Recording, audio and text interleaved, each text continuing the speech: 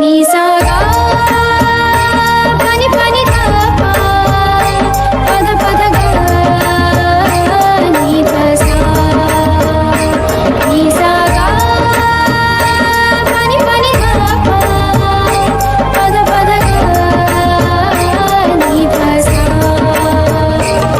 ही गाथा अस्तित्वाची शौर्याची पराक्रमाची ही गाथा अस्तित्वाची शौर्याची पराक्रमाची या मातीमधल्या कणाकणातील मौल्यवान रत्नांची या मातीमधल्या कणाकणातील मौल्यवान रत्नांची कर्तृत्व इथे गगनाला भिडे परिमोल जाणून ठेवू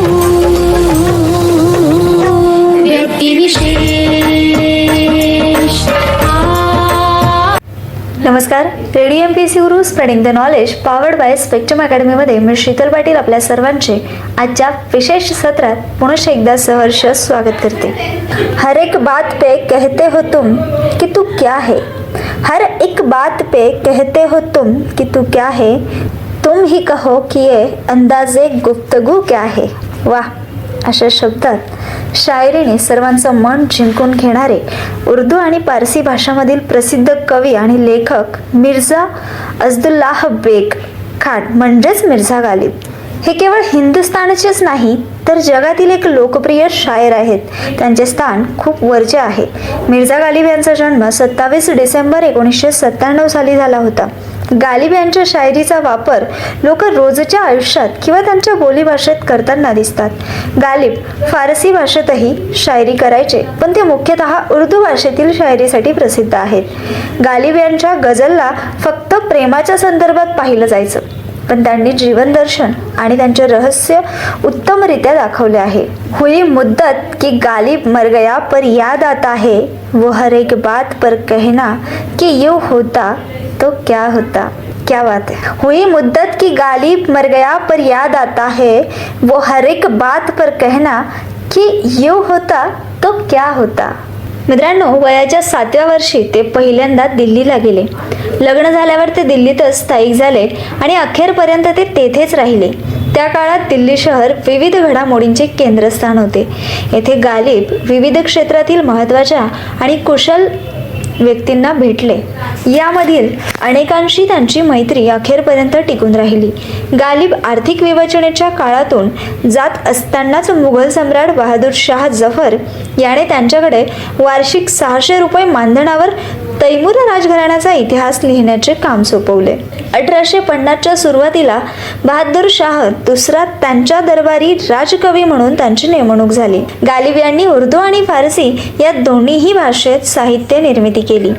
त्यांनी लिहिलेल्या उर्दू दिवाणांमध्ये जरी 5000 काव्यपंक्ती असल्या तरी फारसी भाषेमधले 11000 काव्यपंक्तींचे लेखन जास्त प्रदीर्घ आहे. त्याचबरोबर त्यांनी अनेक पत्रे लिहिली होती जी त्यांच्या मृत्यूनंतर आढळून आली. आता गालिब त्यांच्या साहित्याच्या विविध संग्रहालयांमध्ये या पत्रांचाही समावेश करण्यात आला आहे.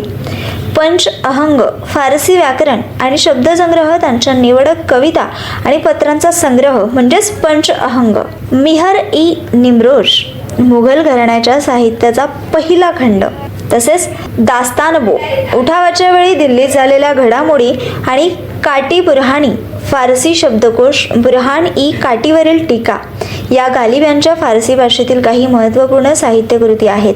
त्यांनी पाश्चात्य कल्पनांचा मोकळेपणा स्वीकार केला. तसेच ब्रिटिशांबद्दलचे त्यांचे मत कधीच वाईट नव्हते. इंग्लिश भाषा शिकण्यातही त्यांनी खूप उत्सुकता दाखवली. अखेरच्या वर्षामध्ये ते रामपूर दरबाराशी संबंधित होते. आयुष्याच्या अखेरीस ते गुडवादाकडे वळले. 15 फेब्रुवारी 1869 या दिवशी दिल्ली येथे त्यांचे निधन झाले. 2000 मध्ये गली कासिम जान, चांदणी चौक येथील मिर्झा गालिब यांच्या हवेलीत त्यांच्या स्मरणार्थ संग्रहालय देखील उभारण्यात आले. मित्रांनो, त्यांच्या शायरीमध्ये 1857 मधील क्रांतीचा उल्लेख आढळतो. मिर्झा आपल्या शायरीसाठीच नाही तर आपल्या लिहिलेल्या पत्रांसाठी देखील ओळखले जातात.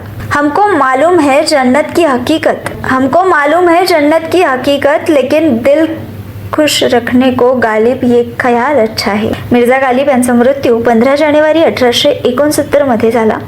गालिब यांच्या मृत्यूनंतर त्यांना हजरत निजामुद्दीनच्या दर्ग्याजवळ पुरण्यात आलं होतं.